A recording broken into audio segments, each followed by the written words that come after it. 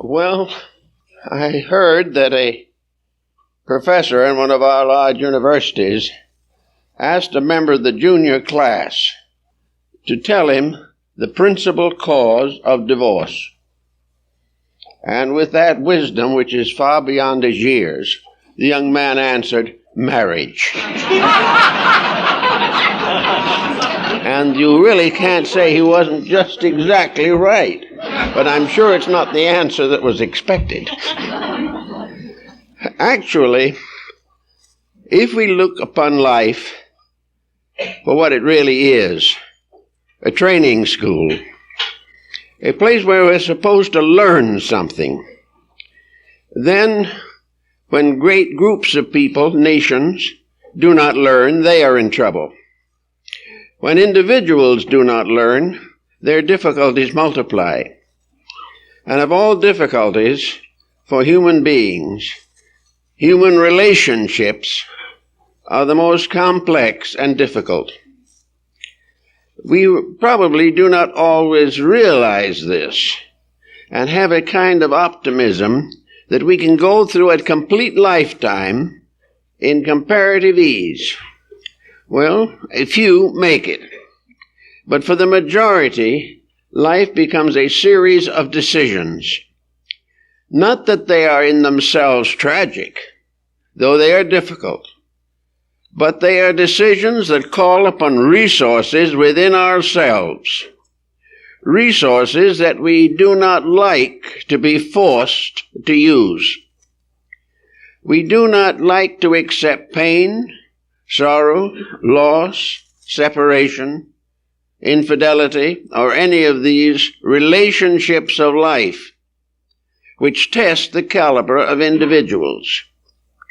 Also, we are divided in our allegiances always by that great separation which was for thousands of years called the church and the state.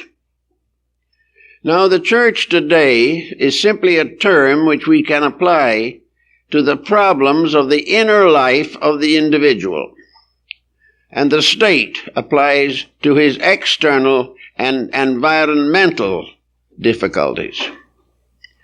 Therefore, we all live on a two-level code.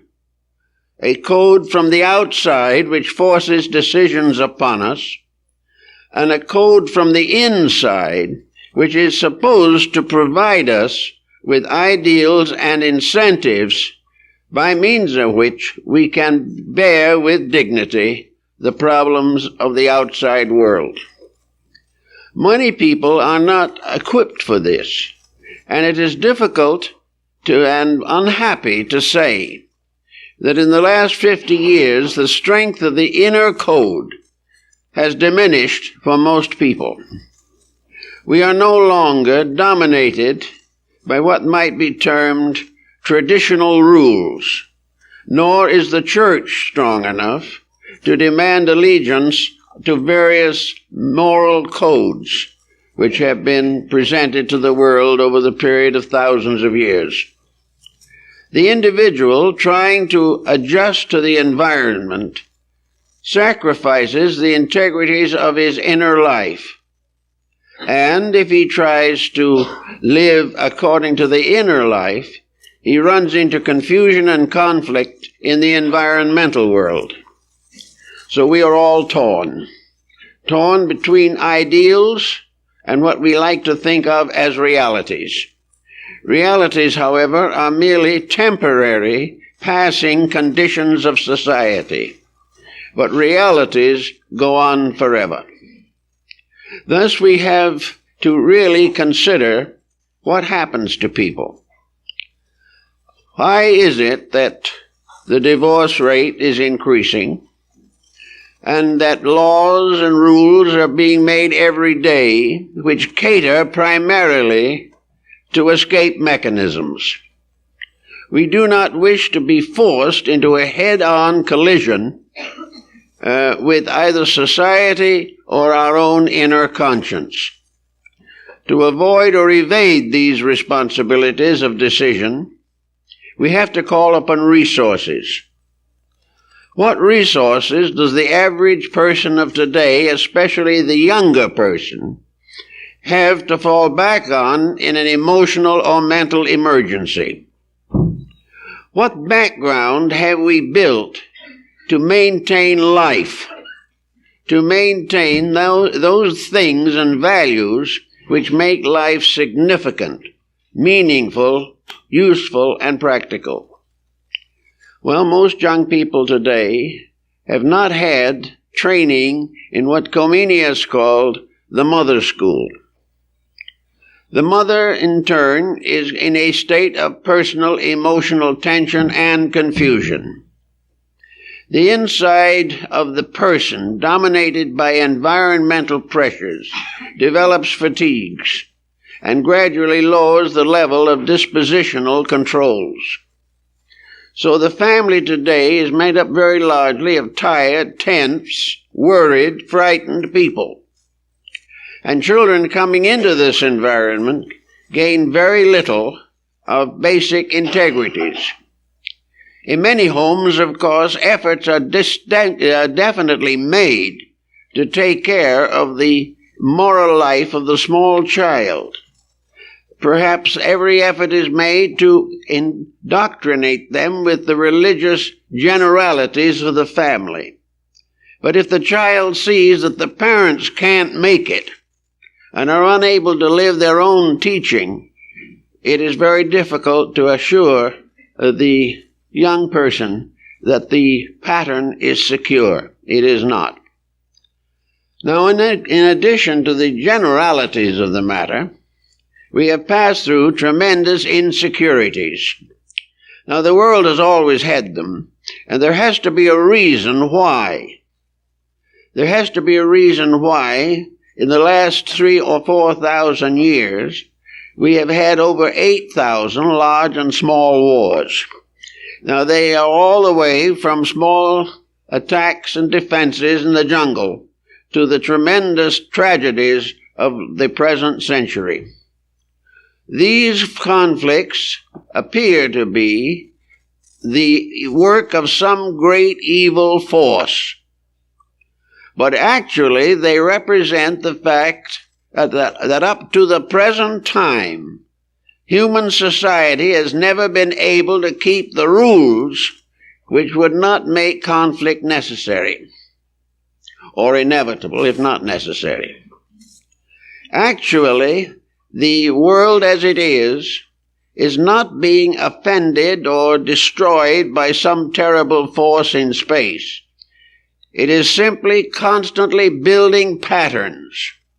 And these patterns are so deficient that they fall apart every so many years or centuries into a great catastrophe. The answer, of course, is that we must face these things until we are willing to make the necessary changes in our own conduct. Now, many people, of course, are not aware that they can make such changes. But there is constant indoctrination in that direction. We are warned and assured that if we take the right steps, live correctly, these problems will solve themselves. But for some reason, the problems are not solved because, for some other reason, we are not living correctly. What is the matter with society in the level of family and home life? It is being battered to pieces by ambition. It is being undermined by competition. And it is also being demoralized by luxury. Someone asked a Greek philosopher if he wished to curse a man, what would he say? And the old philosopher thought for a while. Then he said, if that was to come to me, I would say to that man, may your son live in luxury. He says, that is the worst thing I can think of. Well, we got a lot of sons living in luxury these days, and many more that want to. But the fact of the matter is that the individuals and the collective's difficulties arise from ambition, selfishness, competition, and lack of discipline. Our ancestors had more discipline because life was more simple. And another factor that controlled things largely until the middle or later part of the 19th century was the power of religion. In Europe during the Middle Ages and early modern times, the religious situation was so tight that there could be very little deviation from it, except among a certain group that was regarded as impossible anyway. The same is true in this country. Our ancestors had a much more complete religious environment. They believed in it, they lived according to it to the best of their abilities, and they also rejected those who failed to conform. Now, conformity to theology is a matter today in which more and more people are objecting. But in those days when no one did object successfully, the religious background formed a kind of support, a framework, a basis upon which human society could function. The golden rules were respected. The 10 Commandments were obeyed as much as possible. And all the various elements of human relationship were strongly influenced by various religious moralities, especially in this country, the morality of Christianity. So we had certain strengths and also certain tendencies for those who tried to break away to be forced back by the environment in which they lived. They could not escape without losing the respect of their associates. Today all this has changed. But in the process of changing, we have lost necessary values along with some observances and conventionalities which were probably artificial in the beginning. So today we are more or less on our own. Religion is acceptable to those who accept it. It is not acceptable to those who do not accept it. And there is no particular stigma in society either way. The scientific mind feels rather inclined to atheism, or at least agnosticism, and considers progress to be an constantly increasing space research. The other group, religious group, is feeling a little martyred at this time, but are trying to hold on to conventions, many of which simply will not hold in this generation. Because no convention will hold unless it is supported by numbers. If a large group of persons agree on something, then members of that group have mutual support. But where this is no longer true, and where religion itself is broken into all kinds of fragments, progressive and conservative, the individual stands alone. He has no major support to fall back on except himself. This being more or less the condition of things, we also find another pressure coming in, which is very largely artificial, but is desperately difficult even so, and that is economic.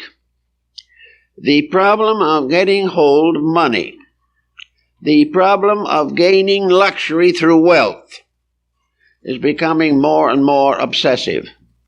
The individual comes to the conclusion that the final answer to all questions regarding his own life is success.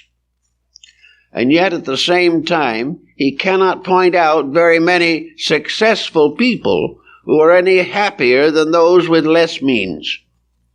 The successful have their own drama and tragedy. Those less successful have not only a less intensive standard, but have greater yearnings to be of that group which is opulent.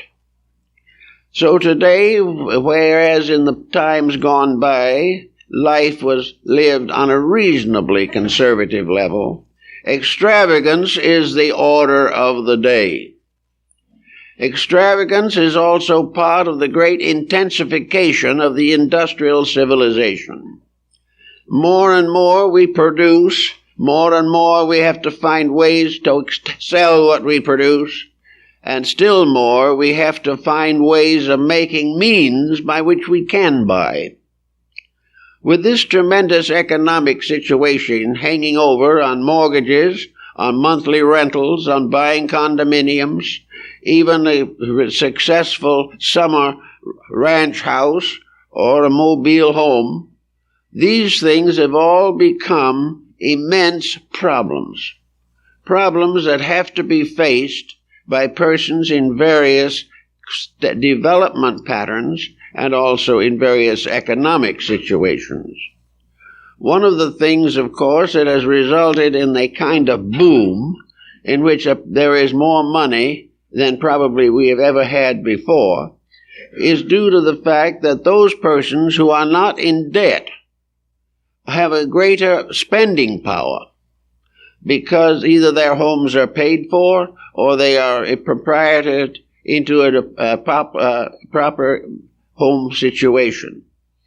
But where the thing continues to be unsettled and unsecure, we have the problem of pressure, how to get more money. And that is cutting into home life in a devastating way. I've moved 25, 50 years ago. Grandparents were a great asset because when the younger people wanted a little break from the pressures of home life, the parents were there as babysitters and as custodians and were recognized as valuable members of the family. Not long ago, I noted an article where it stated that a babysitter for a certain family paid $5 an hour to sit for the family was one of the grandparents. $5 an hour to sit for your own granddaughter. Well, $5 is important to some people today. $5 is the difference between this and that. $5 is the way of spending $5 for something we really didn't need, but now we could get it. And little by little, these things add up. Now, in some cases, the $5 is a vital factor. But in this angle of the situation, the family, the home, is under a certain new debit pattern. The individual who might in the older days have a whole family behind him now stands very largely alone. Another problem that is becoming very intense in this issue is the development of a very much heavier economic pattern for families. Today, if there are 3 adults in a family, they all work, or are trying to.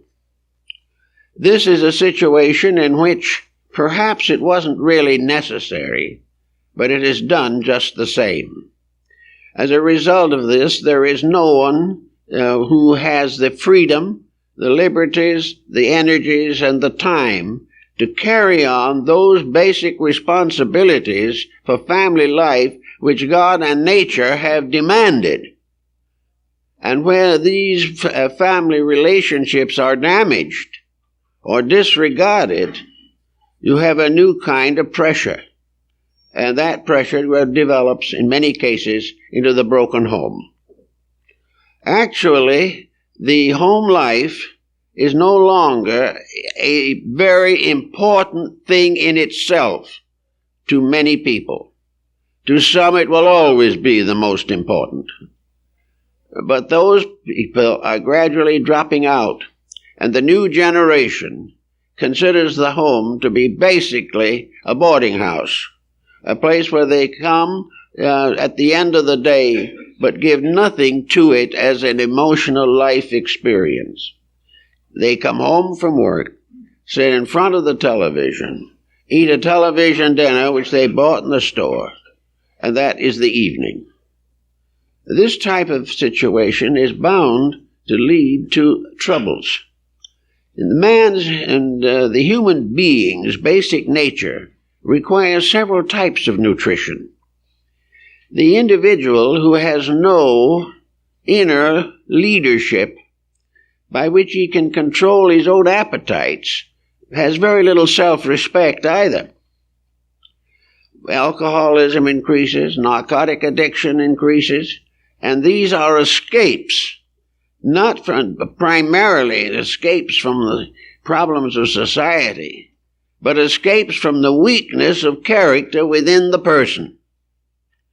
Where we cannot handle a problem or a responsibility without artificial stimulation, or cannot live with ourselves without artificial sedation, then there is something wrong with our relation to ourselves.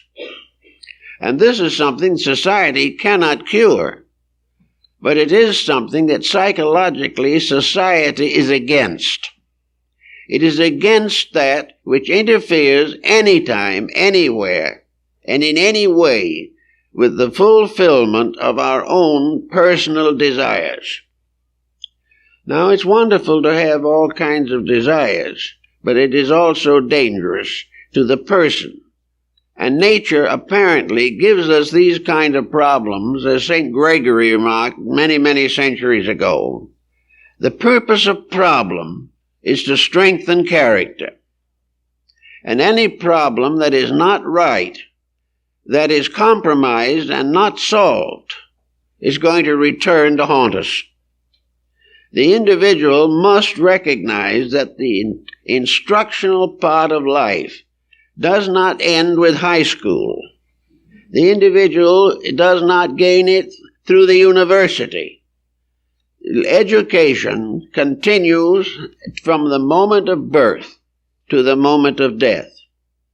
There is no break in the educational process. And there are a great many people who firmly believe that the educational process also goes on after death. Buddhists have often had this point of view, and in the Buddhist paradise, the individual does not sit around playing a harp, nor does he bask in flowery beds of ease. According to the Buddhist tradition, those who pass into the better underworlds or after-death states are sitting under trees with their teachers, learning down through the ages. Here or there, always at school. This is perhaps an interesting thought, but it has certain advantages. It is because the individual and the philosophy which he is following has also come to the conclusion that learning never ends. That learning is not something you forget the moment you get a graduation card or a diploma. Learning never ends until the lessons are learned. And because of the nature of the universe, the lessons that we still have to learn are many, and some of them difficult. Actually, therefore, in trying to solve the moment's comfort, we endanger the future of ourselves and those we care for. The attitudes that we have on living, the philosophies we try to dream up, the escape mechanisms which our neighbors are addicted to, all of these delinquencies or deficiencies represent part of the endowment of the inner life. We have to live with it. We have to overcome it. And these delinquencies we fall into, whether actually physical or merely mental and emotional, are like habits of alcoholism and narcotics. The individual who lives only to have fun is an alcoholic if he never had a drink in his life, because his attitude is the very thing that alcohol artificially seems to cause. But in reality, alcohol, as all these things that are escape mechanisms, is actually not a stimulant. It is merely a depressant of character. So this type of situation goes on, and gradually there comes into the home the beginning of responsibility. And this responsibility has a background of many different values and types and sources. Some of the responsibility is due to the fact that many persons are overeducated and underlearned. They have gone through all the matriculations that they could stand, and I know one young man now is hard at work.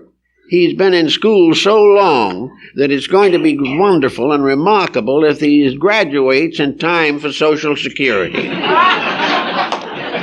He's already had nearly 20 years of education, and the end is not yet, because he has a couple of courses half finished and 4 more he intends to take. So this type of person has lived in a theoretical atmosphere. He has lived in a world bounded by the campuses of schools. He is gradually learning to be a completely abstract person, one who will never be able to earn anything because his specialties are not within the narrow gauge of computer specializations that we have today. His education is also so faulty in substance that he is often confused as to which of his professors is the most difficult to follow. So anyway, this process goes on until the individual, from one reason or another, decides to start out in life. Starting out in life is variously hazarded. The problems of education are falsely advanced. I remember back in the old days when I was working in New York in an insurance company, the head of the company was always in the process of interviewing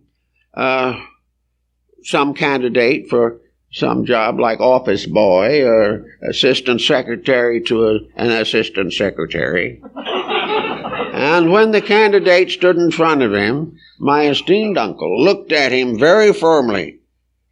He said to him, "Are you overeducated or do you want to work?" That usually stopped them. The question is not even asked anymore. It is assumed before they come that they don't intend to work. They expect to climb in a very few years to an executive position.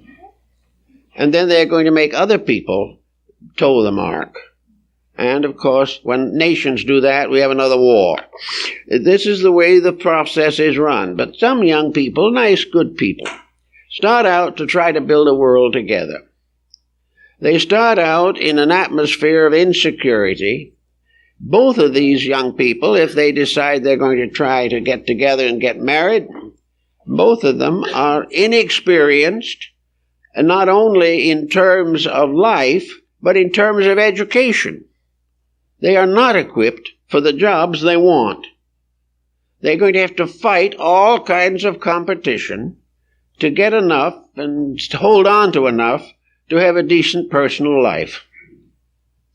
This type of thing is itself nearly always a problem for compatibilities and incompatibilities. Another problem that always seems to come up in these matters is the inability of the inexperienced person to select a suitable mate to accompany them through life. It is a matter of glamour. It is a matter of a game. And it has to be played with great enthusiasm regardless of the consequences. So the marriage may start by two people who should never have married, who do not have the same interests, do not have the same integrities, but are simply looking for something else to make them happy. Happiness is the answer, not ability to create it. So these start out, and in a sense, we now have the modern picture of both young people working at some kind of a job that was going to enable them to have their apartment or something that they can afford, and they're going to start going along under a considerable glamour. Everything is very wonderful, very glamorous, and very much in the spirit of the fairy tale and the legend, the happy ever afterwards technique.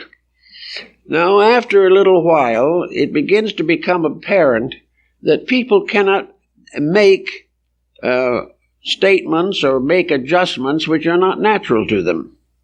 They cannot live inconsistencies forever. And they cannot overlook each other's mistakes and limitations unless they are very, very wise people. Their money problem is still holding them. The hope and glamour of the future is strong within them. They already see themselves with a home in the mountains and a swimming pool. They are looking forward to big cars, wonderful times, long vacation, all kinds of luxuries, and they're trying desperately to the best of their ability to get to the condition where they can have these things. These things become so desperately important that they have broken millions of homes. Then along comes a further complication, the arrival of a child. Very many people cannot accept parenthood. In order to be a good parent, you have to be unselfish. The moment selfishness comes first, the home is endangered. And selfishness very often arises with the first child. The husband who has been having complete association and control of his family life, and who is the object of the adoration of his mate, suddenly finds that she is dividing her attention between a newborn child who has constant requirements and a husband who has learned to be waited on. Crash, the thing hits a very difficult situation. Then comes something which is as artificial as any institution ever was, and that is the problem of not being able to have the necessary means and associate values to meet the gradually increasing cost of family life. There is simply no way in which the average person can face many of the debilities and problems. I know one case in which a young married couple had only been married a year and a half when the first child came, and when the child was 11 months old, it had to have a very serious brain surgery. Well, it practically broke the family. And the strain of it, the impossibility of it, unless there was very heavy unionized insurance and things of that nature, the tragedy was more than the young family could stand. Instead of glowing together in a Cinderella relationship, these two people had to devote their time for over 2 years to nothing but saving the child. Well, they were young. They had no background. They had no sense of strength. They never expected to be called upon for such an emergency. They had developed some outside interests. Now these had to be sacrificed. And little by little, what might have been a beautiful home develops into a clinic in which all the members are disturbed by one cause or another. Under this pressure, it is not unusual to find a breakup.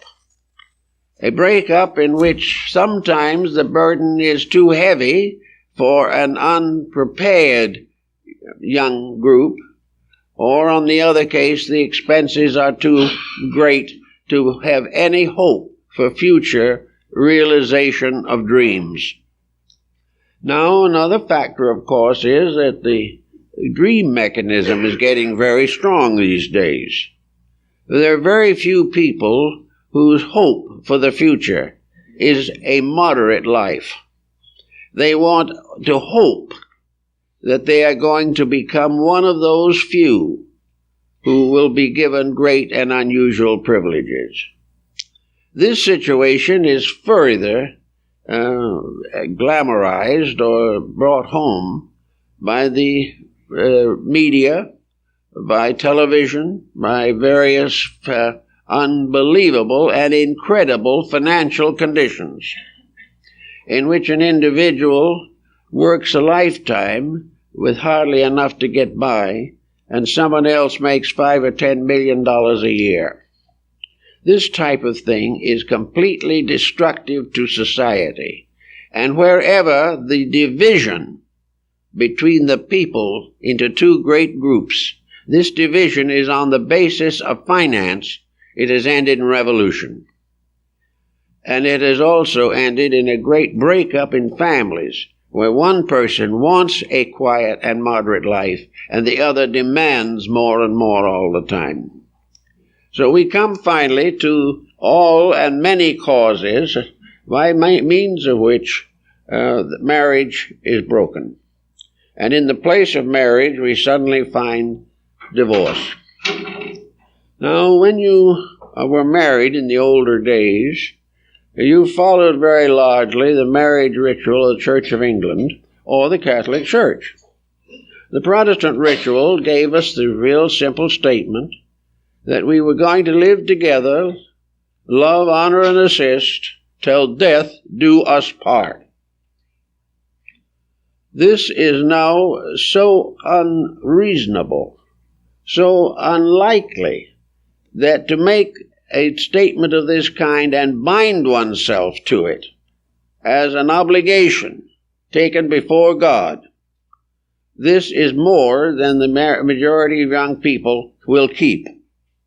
The result is they break their obligation, which is the beginning of a very serious breakdown of moral structure.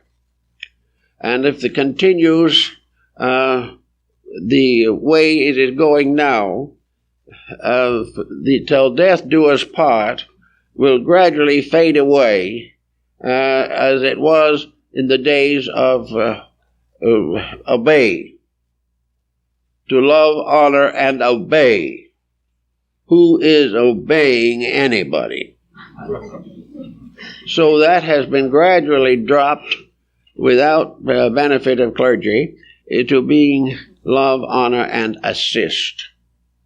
And in time the assist will go, then the honor will go, and then the love will go. And we will have a very empty marriage rite. Yet we do find something else. Namely, that the chances of a home surviving are greater if a marriage is solemnized by religion than when it is the result of the labor of a judge or a justice of the peace.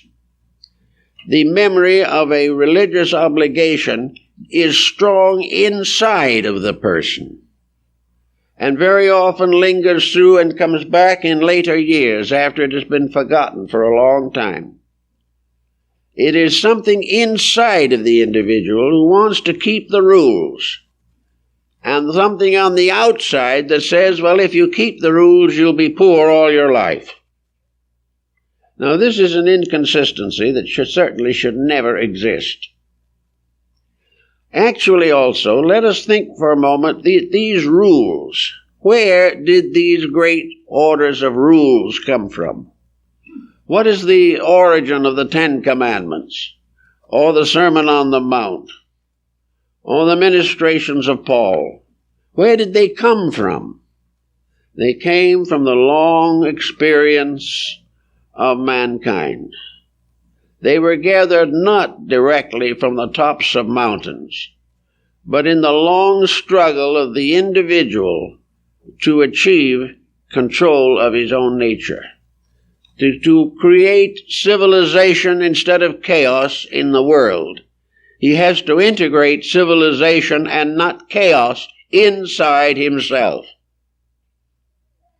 There isn't hardly a rule that has descended to us from the great religions of the world that is not practical. And there is hardly a single practical rule in these works which have not been broken by devout followers of that religion. The result is that we are trying to live outside of the rules. And those who are strong create tyrannies. And those who are weak are enslaved, regardless of the political structure in which they live. Everything is at 6s and 7s. And this flows in upon a very delicately balanced home life. Well, there are all kinds of attitudes that have been taken towards matters of this kind. And a considerable amount of psychiatric or psychological counseling has been successful. It helps people to realize the common ways of life that have to be followed. And probably the best of all such counseling is that which points out the tragedy of selfishness and self-interest. That the individual, to be a good member of a family, must put the good of the family above his own personal interests and desires. Otherwise, the family is in constant danger. Now, what is divorce finally going to do for the individual who has to go through it? Well, one rather intelligent woman whom I knew, around whom she said that the Plaza Hotel in New York did all its rebuilding without interfering with the objects on her mantelpiece. This particular woman had a good family, and her husband passed on. They apparently were congenial. But she was still quite not too old in years, and everyone wondered why she didn't marry again, because she was wealthy and attractive and very well a leader in New York society and political life. So one day she told me, she said, "You know, I would rather be alone by myself than alone with someone else." This was her solution to the problem. And those who have passed through this type of tragedy, either through death of a partner or through a divorce, will probably find in the long run that there are lessons that they are going to have to learn. And to the degree that they learn these lessons, their lives will be richer. One of the things that has to happen, at least on the part of one person involved, is that they get over the indignation that may be caused, that they are not turning in hatred to the person whom they feel has damaged their lives. You've got to get hate out of it. Because as long as hate is there, nothing will be learned. And where nothing is learned, then a separation is a true disaster. It is not a disaster if everybody learns something. And this is one of the important problems. And also, in a matter of this nature, each individual should be able to maintain a decent personal feeling, each for the other. If this is impossible, then one side that cannot get this feeling is going to have to learn to get another feeling, and that is forgiveness. There cannot be any merit from a divorce if these persons separating have not learned something inside of themselves. They must examine their own lives to see to what degree they are responsible. And instead of always assuming that the other person is to blame, they have to decide as best they can where the values were and what destroyed them.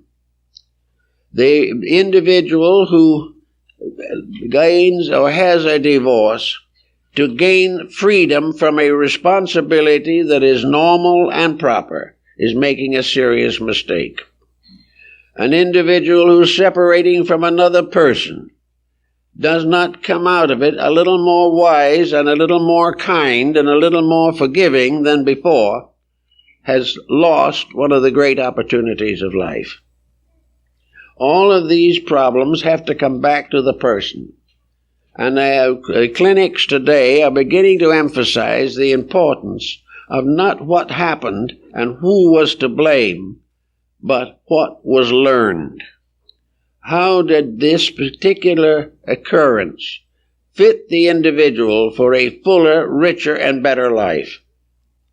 How well did one of these persons take the responsibility of maintaining values, maintaining the proper care of children? They kept right on doing the job that needed to be done. This person is the one who is growing. The individual who simply slips away because something else looks easier or the distant pastures are greener is the one who is the great loser. We are always losers when deliberately and without just cause we damage the lives of others. This is something we can't get away from. Now in the West, we are not having very much basic religious anxiety. Most individuals have only one anxiety about religion, and that is death. Everything else seems as though it can be avoided or evaded. But if the individual, in the best of his ability, has lived a solid belief, it is of the greatest value to them in an emergency.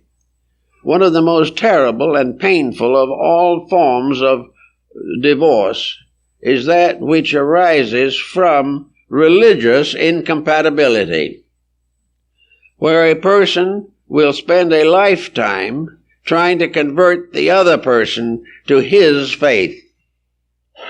And I know several cases, one in particular, in which a wife for nearly 20 years prayed every day for hours that her husband would change his religion and accept hers. Now, a situation of this kind might be excusable, presumably, in persons of inadequate backgrounds or who had very little experience in life. But this particular family was well advanced. Both were university graduates. Both had traveled extensively. Both had worked together for years.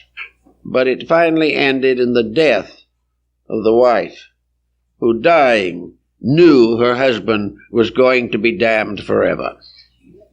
Now, this type of situation is something that this is an exceptional case, but there is wrangling over it.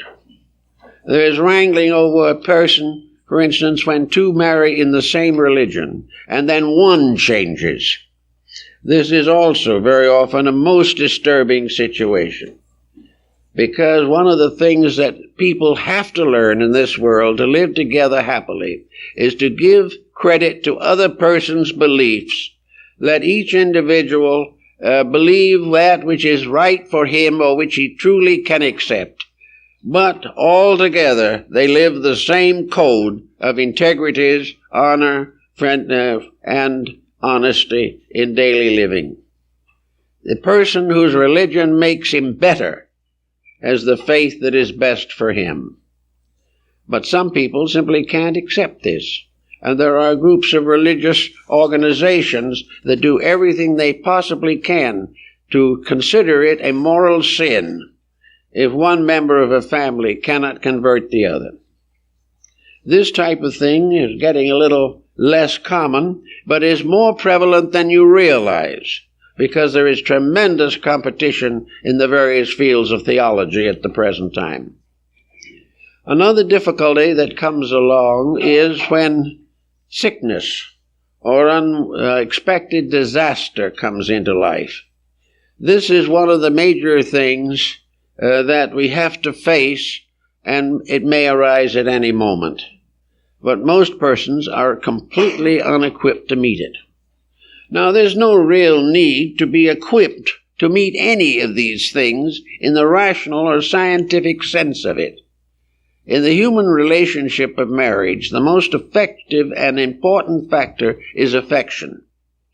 If we love people, if we love a person more than we love ourselves, we are comparatively safe. But the moment self-love becomes dominant, we are in very serious condition. And this, I think, is something that nearly everyone has to face. I know an example of it. I know many examples, but this one perhaps is pertinent at the moment. A man married a very lovely girl. They lived happily together for about 10 years, and all of a sudden she was stricken with paralysis. It was incurable. It was very widely spread in the body, so that she had to have perpetual care. And this perpetual care, the man who worked and paid the bills had to.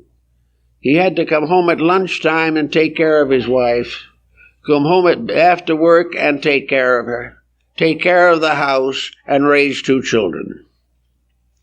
Someone said to him one day, "Joe, how do you do it?" He smiles and says, "Nothing to it. I love her. No problem at all." Now this is the type of thing that's disappearing. And it's disappearing because of the fact that people are too much in love with themselves, too ambitious for themselves, and gradually escaping from the sense of community awareness. Now, this is having some interesting results. Today, probably, there is more awareness than there was 5 years ago, and a great deal more than there was 10 years ago. Why? Because world conditions are moving in with such a tremendous weight that the individual is no longer able to simply sit back and assume that he'll be a millionaire in 5 years. Maybe he will, but if he does, the taxes will be so high he can't keep it anyway. The problems of society are moving in. We are beginning to realize that we cannot separate ourselves from Europe, Asia, Africa, or Australia. That we are coming to the realization that from the standpoint of food, life, shelter, and these essentials, we are one humanity, and there's just no way of getting out of it. And we have to do something about the selfishness of individuals, which exploits the needs of human beings. So little by little, out of school, but in the job, we are beginning to realize the differences that attitudes make.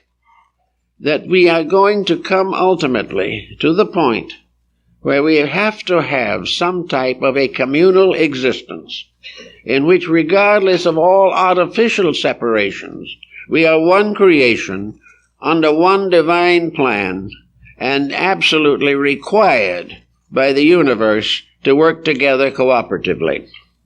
All the rest is just going to fail and keep right on failing, and people are going to get hurt.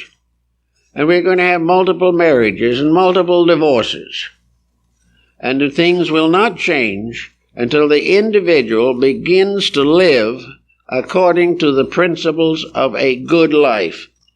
Now, this is a real problem in education, and it's beginning to be more and more of a problem.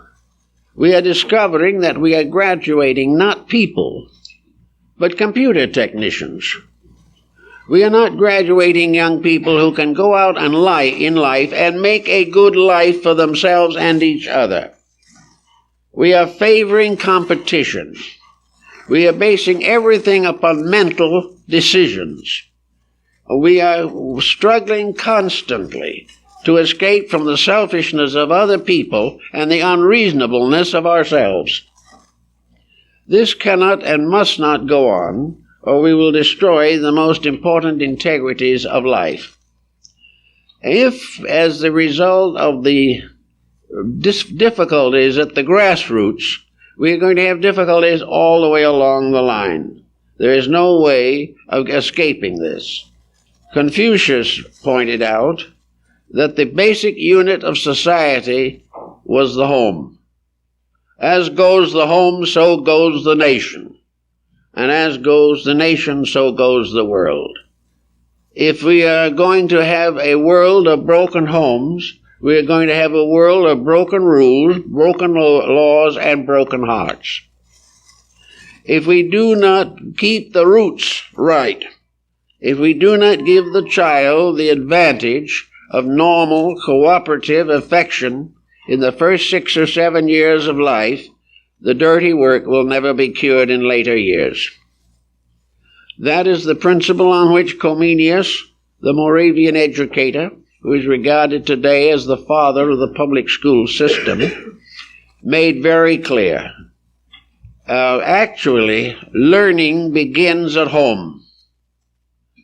And our learning is the result of observation and reflection and affection. It is true that we have to have an education, but our character is formed before we even get into the kindergarten.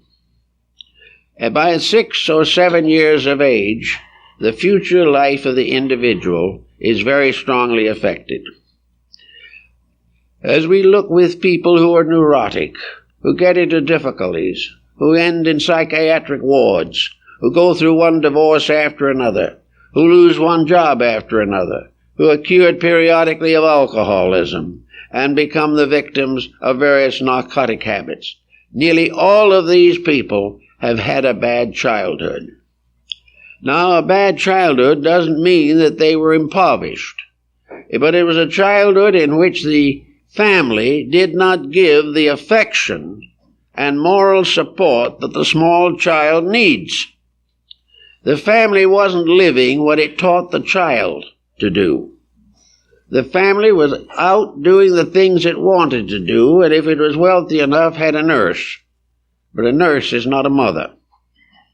These things mean that due to necessity or to any other circumstance, when the family unit is distorted, disfigured, or broken up, the children and their children and their children's children will bear those scars for unknown years to come.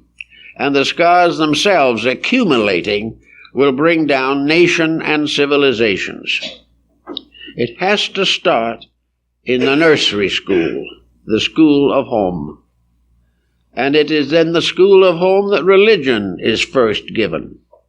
Philosophy and integrities and the honesty of a child of 6 will live long after that child grows up. But without this basic root form of instruction, the future is very uncertain. So where there's a decision to make, where an individual can say, well, we could, by not having quite so many luxuries, give more actual time to a small child. The decision to take care of the child is tremendously preventive, because if that child grows up without that care, then 25 years from now, there'll be another divorce on our hands. On and on it goes, continually following a very clearly cut pattern. Now, where there are no children, where the family has never been much more than an association, this problem of the child is not so considered or so valuable at a point. But there are other things that take its place. Any time that there is a broken home, and it is brought to the advice or the attention of a counselor, he is going to find out various things. He will find out incompatibility. Now, incompatibility is a dissimilarity of character that is too profound, too deep, and too enduring to be changed by matrimony.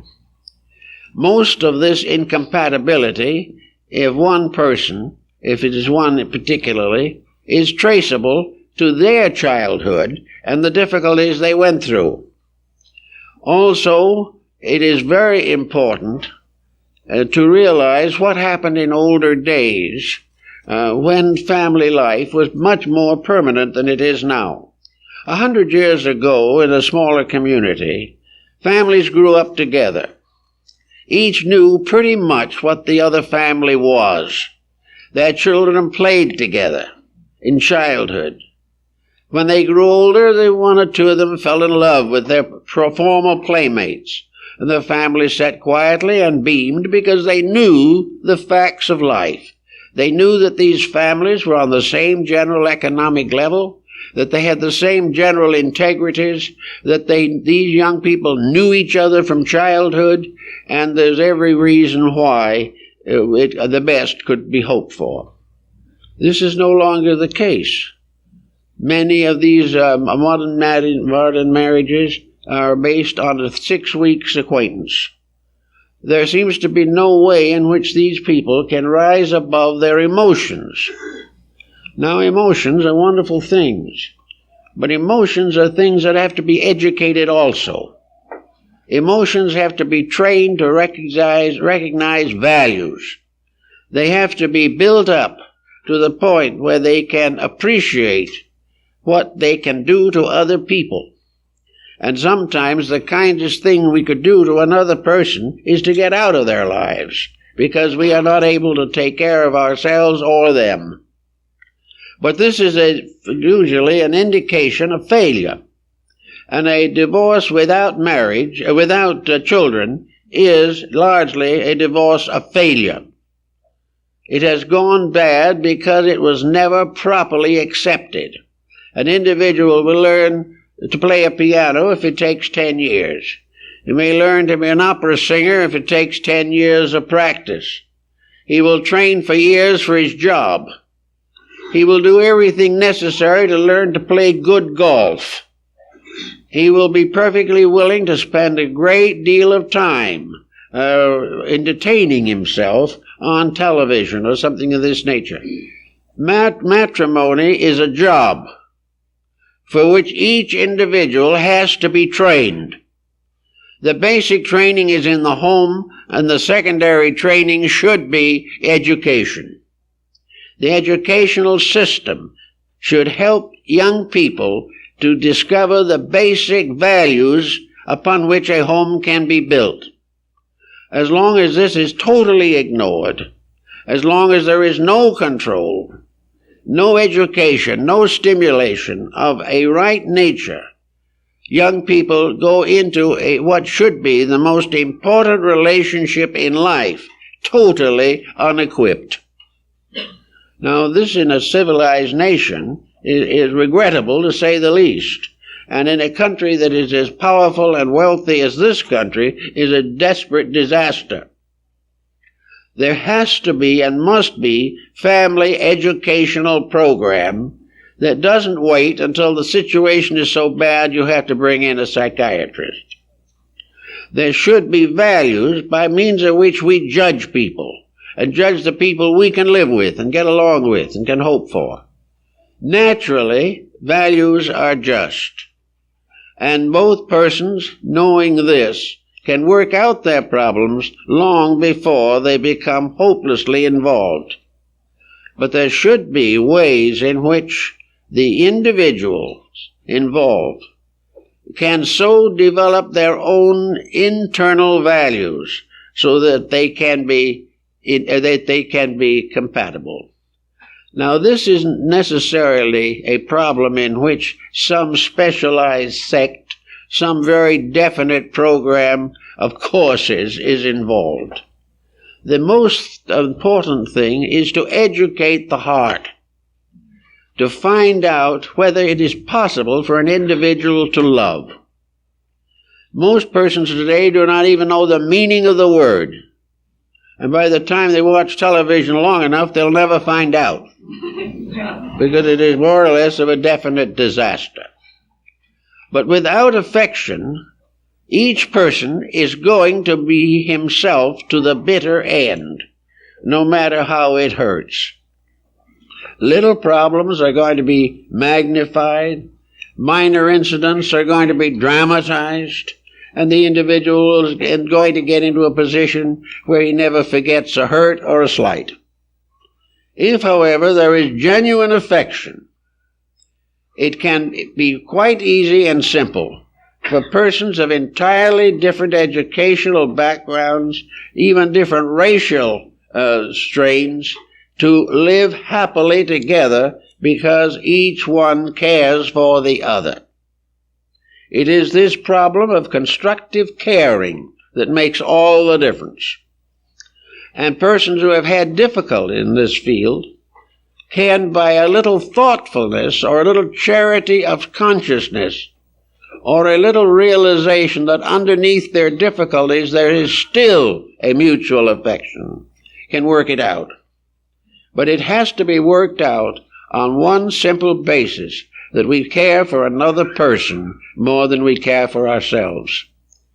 This is perhaps the beginning of the brotherhood of humanity.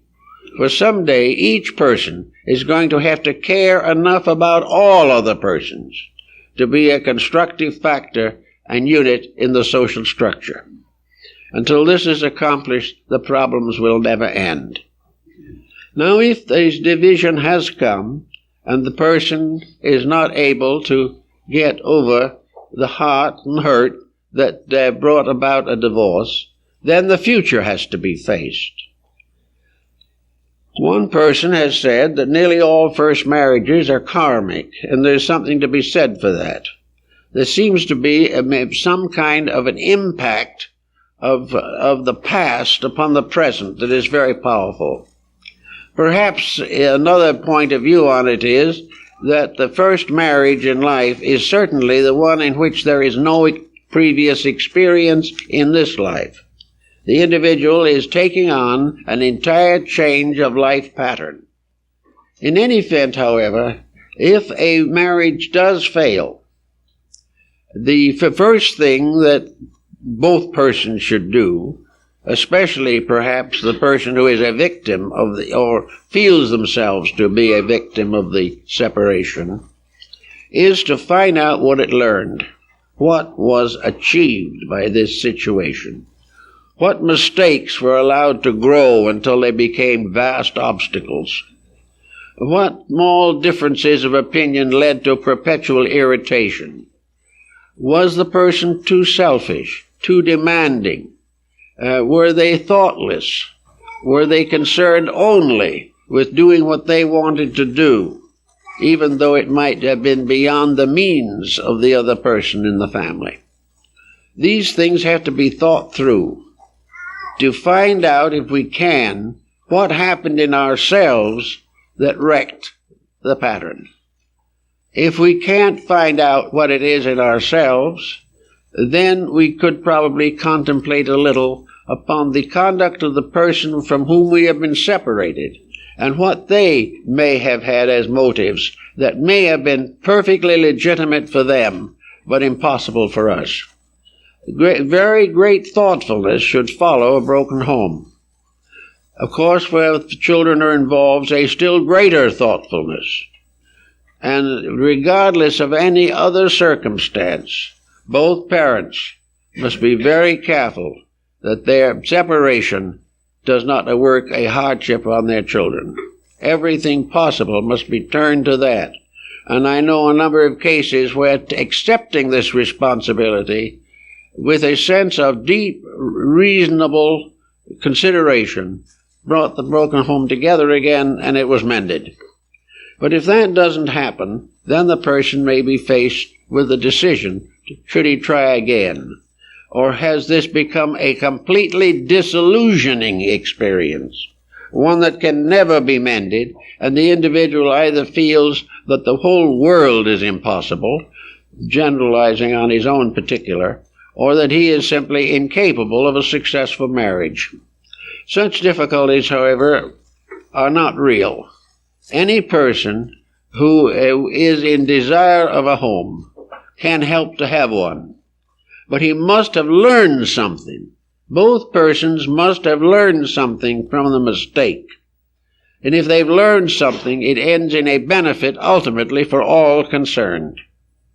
If it was a mistake and separation was really indicated, then these persons are free to try to build a life again. Here all kinds of economic factors come in. Young people today are worried over the cost of marriage, particularly of alimony and child support and things of this nature. An individual is married only a few months, it may be stripped sufficiently so that another marriage is practically economically unfeasible. So to find out all of these matters carefully and thoughtfully will indicate ultimately that a second marriage can, and very often is, more successful. It is more successful because there is greater experience behind it. It is more successful because it is often preceded by a broken home for both persons involved, and therefore they have learned a great deal and have perhaps recognized enough faults in themselves which they are not going to permit to damage a future union. Under normal conditions, remarriages are sometimes more successful than an original marriage because of the greater maturity, greater experience, and perhaps a certain amount of self-censure which is seeking constantly to find a justification. Now, philosophically speaking, we can sum the whole situation up in a very basic manner.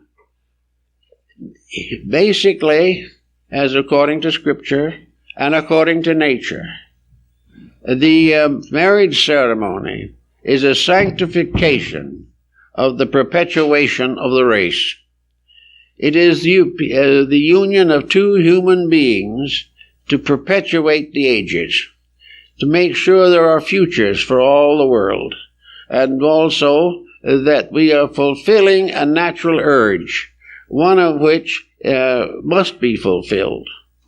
It is an urge that is planted in the human being by the laws of nature, by the rules of nature, by the most profound and lasting relationships of nature, and must never be taken as something trivial, something impermanent, something secondary in value and significance.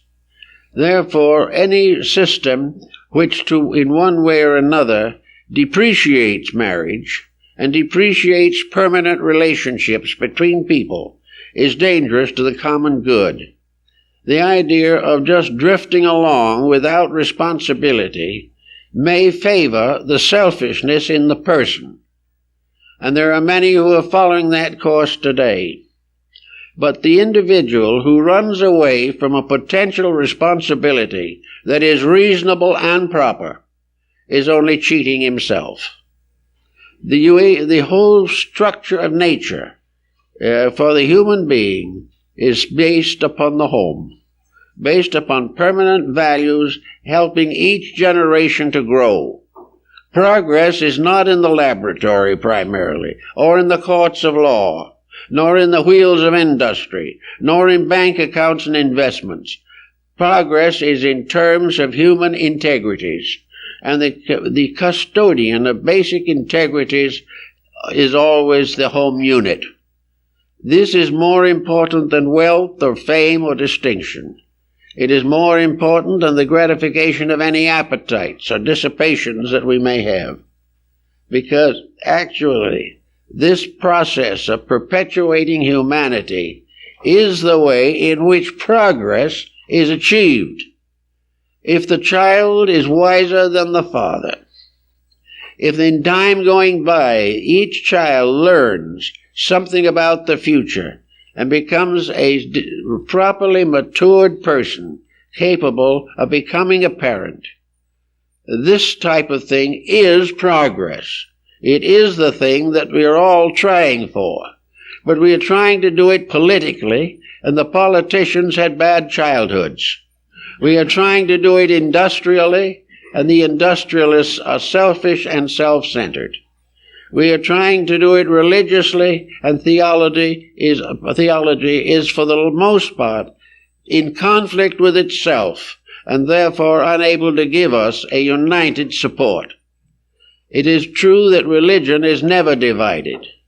There are 72 names of God, but there is only one God. There are many names for love, but there is only one love that is real, and that is the one that suffereth long and is kind. All the agitations, all the drama, all the emotional falderall is of no basic significance except that it delays world peace, it delays social equalities, and it delays the progress of a proper industrial and economic structure. All of these things are damaged by the individual who is unwilling to grow up, but insists upon being a perpetual adolescent, with nothing on their mind but themselves. Consequently, if we are willing to think in terms of a proper home, then we should start with our own and make sure that it's as good as we can make it.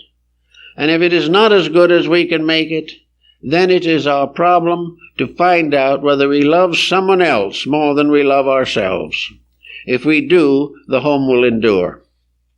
If it does not endure, because of factors completely beyond our control, then we must learn the result of either some deficiency in our own insight or some inability of the other person to express themselves. Then we have to call it off, but never with bitterness. Always grateful for an experience, even if it was hard. Always glad we have gone through something and come out of it better people. Always grateful to nature for the laws which help to build family and home, and grateful to God for the power that has been bestowed in us, by which we may become godlike in the sense of serving others with no thought of ourselves. All of these things should be part of the education of children. The child should grow up realizing that it has two lives to live, one to make a living physically and the other to make a life internally. And when one is sacrificed to the other, there is always difficulty. But nature, which likes variety and does not believe in an individual going for 60 years in one job in order to end up manager of the business, nature doesn't like that. That is something that man does because he is selfish and desirous of getting every possible advantage he can industrially and economically.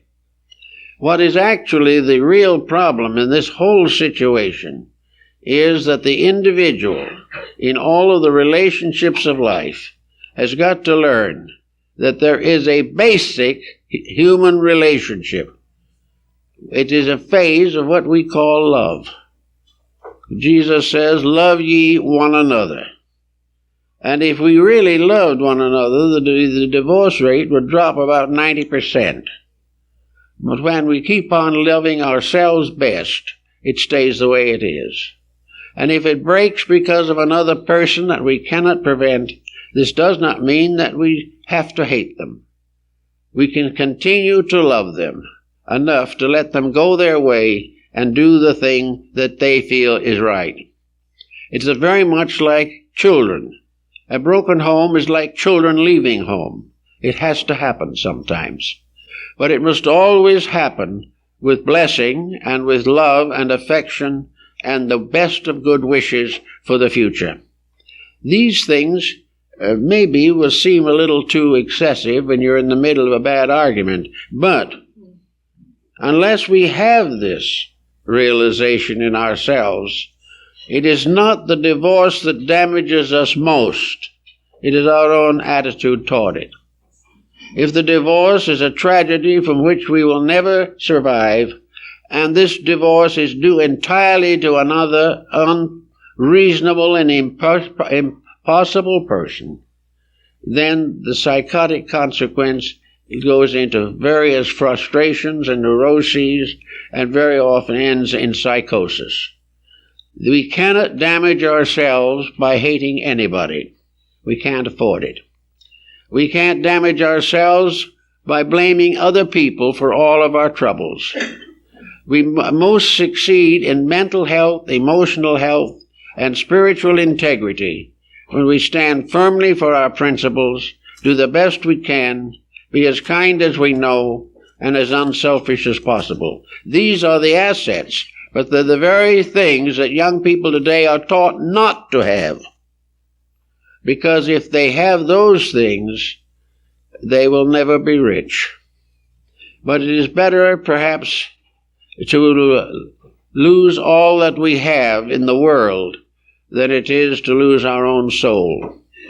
And the victory of soul over circumstance is the victory of love over every disaster, every problem, every mysterious incident. Love God, and we will be strong. Love people, and gradually we will come to understand them. Love truth, and we can have it someday. Love all these good things. Love the little birds and the animals and the flowers and the sunset. Let love lead all things. And those who have learned to love life as it is will be able to love some other person of that life which they have selected to go with them. It is all the victory of unselfishness. Love is truly turned and perfected in the simple thing, that it is perfected in loving and not in being loved. St. Francis de Assisi made this point very clearly. The great thing is not that somebody else loves us. The great thing is that we love others for what they are and as they are, and serve them forever in the name of God and humanity. If we keep these points more or less in mind, I think it'll help us to get a message out of a divorce and help us to build a new home which is going to go on, and also to protect young people in a broken home who must learn to understand. And they cannot understand unless some grown-up person tells them, teaches them, helps them, shows them the way. In this critical time, we have to face what happens. But with the facing of things that happen, we must never lose sight of the basic purpose for life, and that is the fulfillment of the release of our own divinity. And that is proven by one thing. We grow to the degree that love matures. We shrink to the degree that love is defeated in us. We grow by love and by striving toward not only a love of God, but in the name of the love of God, love of each other. Love can cure most maladies of the human mind, but we have to really have it. And I think wisdom, philosophy, mysticism, faith of all kinds, art, music, all beautiful things help love to grow. All carelessness and thoughtlessness, all deformities of attitudes, shrinks that power in ourselves which should enable us to fulfill the 70, 80, 90 years that we live here graciously and purposefully, so that we can truly leave this world better than when we came to it. If we keep this in mind, I think it'll all work out.